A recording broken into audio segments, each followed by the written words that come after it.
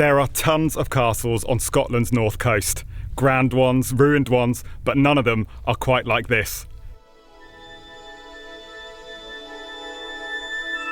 In fact, this is Europe's smallest castle. That looks hilarious. For 8 days, we are driving the NC 500, an 800-kilometre ring road running around the epic sights of Scotland's north coast. So buckle up as we experience the highs and the lows of Scotland's Route 66. You join us at the start of day 4, where we woke up to some really lovely views in yet another quiet, secluded village on Scotland's north coast. Hello and welcome back to the NC 500 road trip series, 8 days on Scotland's Route 66. This morning you join us from the tiny village of Aultbea, and today's plan is to travel 100 miles in the direction of Ullapool, and of course there are going to be a ton of sights along the way, including Europe's smallest castle. So let's get back on the road. Aultbea is a very, very quiet little village. There's barely anything here. We took a walk up and down the coast last night and there's a church, there's a tiny little shop, but there's not even a pub. So yeah, it's pretty quiet. And it's looking very, very grey today. I won't be surprised if there's quite a bit of rain. So we had it coming. We've had very good weather so far, but it is what it is.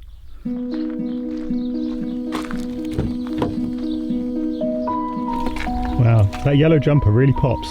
Thank you. So it's only a 20-minute drive to our first stop, which are the Ardessie Falls. So some more waterfalls to start the day. But in typical NC 500 fashion, it didn't take us long until we pulled over for an unplanned stop at another roadside viewpoint. Get those shots. Did I just ruin yours? Yeah. Luckily, there was an even better shot just a couple of minutes down the coast, and this one was really something special.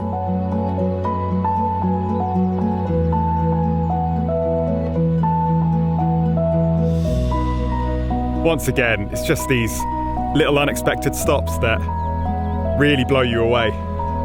Just look at this beach. From the viewpoint at the top, you can see just how blue the water is here. It's amazing. And look at this. Got this whole place to ourselves. After that, we got back on the road and back on target, heading towards this morning's main stop, which is a bit of a hidden gem.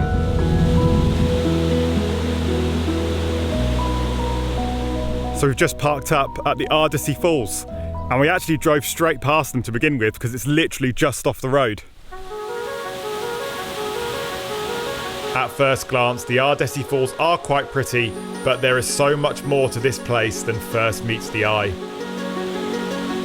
Thanks to a little research beforehand, we had heard about a secret path leading up the hill, where those small falls turn into something much more impressive. We've just climbed up the rocks on the left-hand side, because apparently you can get a better view up here. It's a bit slippery.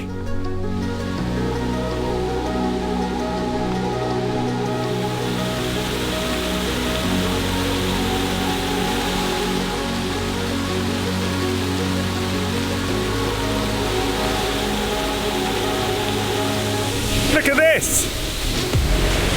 Absolutely stunning.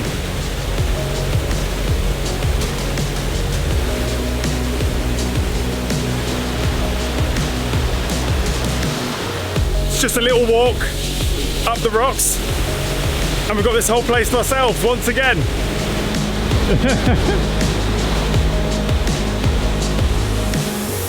So that was a lovely little grotto there, and we think it goes even higher up to some more falls.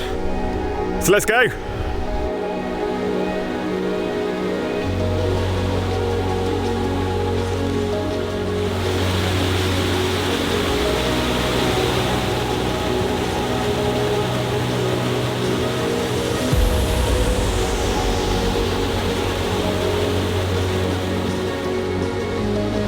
Well, this has turned out to be a pretty amazing stop. From the road, it looks very unassuming and, you know, it's quite impressive, but quite small. But when you start climbing up and you get to the little places like this, So secluded. It's awesome. But it still wasn't over. The path carried on up to a pretty epic ending.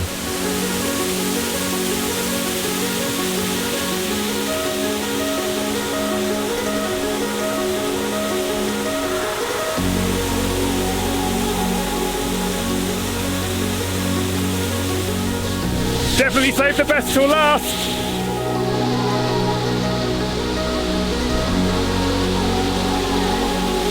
Woo!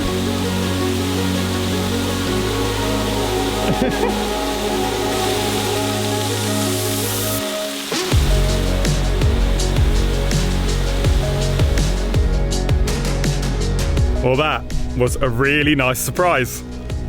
I even think it was better than the fairy pools that we did on Skye a few days ago. Absolutely stunning. Okay, onwards again. This time we're heading towards Ullapool, which is quite a big town, quite a popular town on the NC 500. And hopefully we'll get some lunch.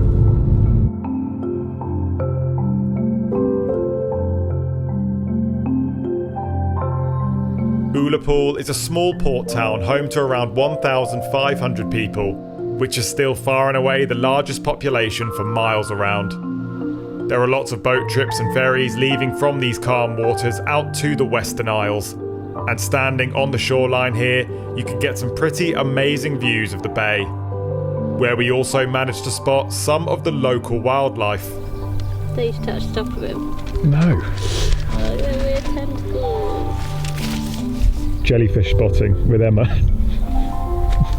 Ah, it's like see-through.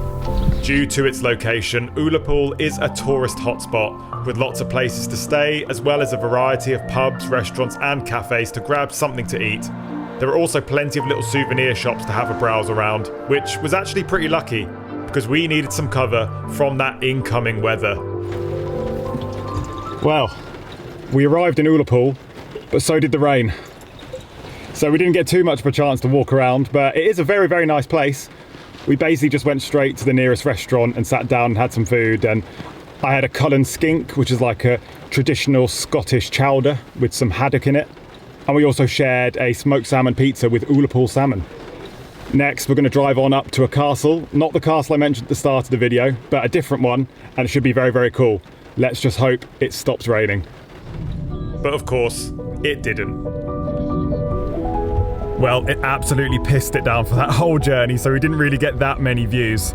But now we're pulled over because we can see just across the bay is the ruins of this first castle that we've been trying to find.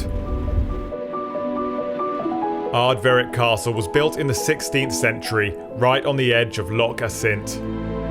Over the years, it was occupied by various Highland clans, who also built a much more modern manor house close by. But a mysterious fire destroyed both buildings in 1737, leaving them both in their current state. Well, it's not showing any signs of stopping, so I think we've just got to make a run for it. Let's do this. Give us a turn with your umbrella.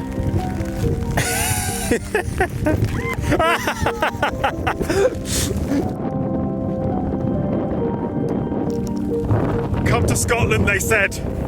It'd be great, they said.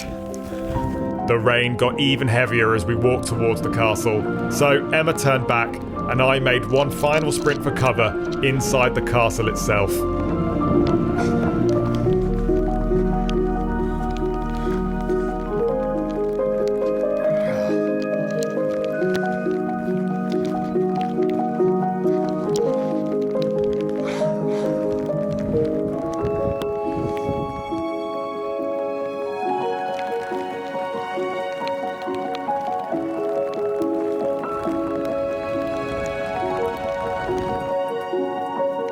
Well, I'm absolutely drenched. The camera's absolutely drenched, but this is very cool.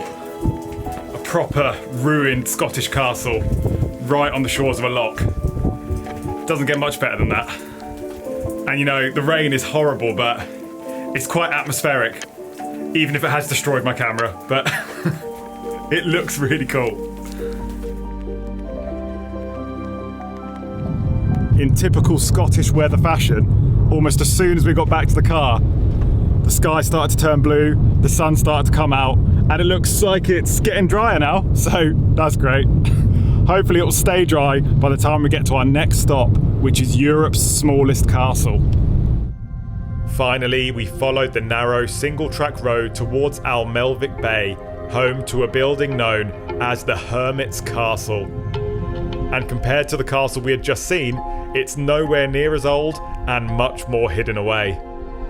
We were aiming for a campsite at the end of the road, but that was where the directions ended. And from there, we still weren't exactly sure how to find the castle itself. Wow, this looks alright.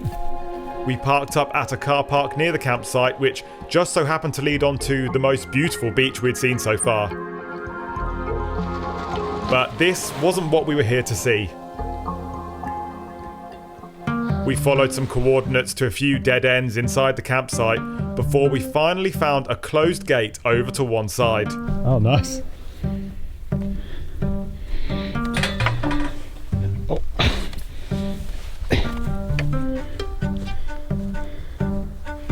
So, we parked up at Achmelvich Bay, and then it's not that clear where the Hermit's Castle is, but we've been pointed in the direction of this caravan park, and hopefully we just have to walk this way and watch out for sheep as well. All right, mate? Do you know which way the castle is? I'm just going to follow him. Where is it? It's so small you can't see it. Yeah, I have read it is hard to spot because it's grey as well. Yeah. Okay, I can see it. Oh. I can see it in the distance. I mean, I don't know what I expected, but this really is small.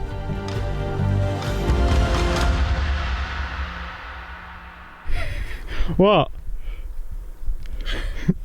I mean, when I saw it in the pictures, I thought it was like bigger than that. I mean, that's mental. That's so tiny. That's like a dollhouse. Standing at just 8 foot tall, the Hermit's Castle was built in the 1950s by an English architect called David Scott, who was looking for a way to escape from the hustle and bustle of everyday life. But as local rumour has it, he only actually stayed in his new home for one weekend before leaving and never coming back.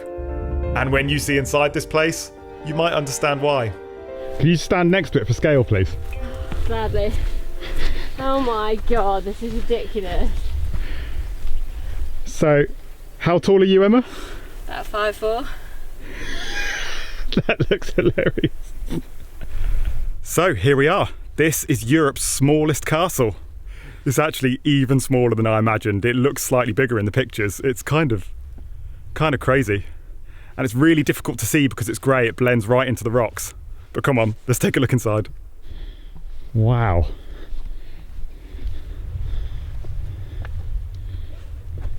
I mean, amazing views. Can you get in at all? In the castle? Mm. Oh, look. Be a door. Yeah, there is there, look, tiny, Is it? tiny little slit. Shut up. I mean, if anyone's going in there, it's you.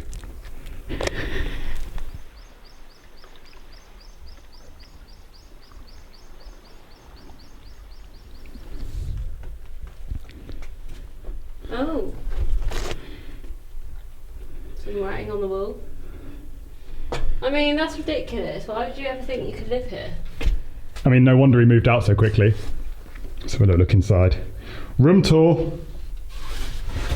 I mean, this is... Wow. It's not exactly luxury, is it?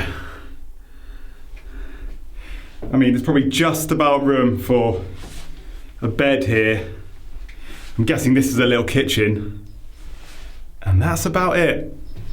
But yeah, I guess you come here for the views.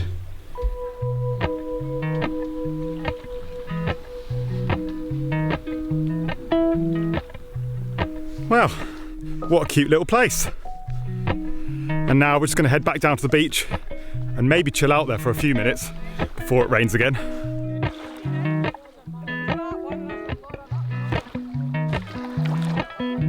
After some time on the beach, we drove the last few miles into Kinlochbervie, home to a busy fishing port and the Airbnb that we booked for the night, where we were welcomed into our room with some delicious Scottish treats.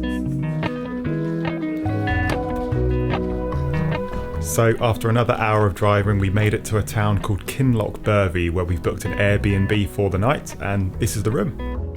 It's really, really nice. It's £93 per night, including breakfast, and it also includes this $1 million view.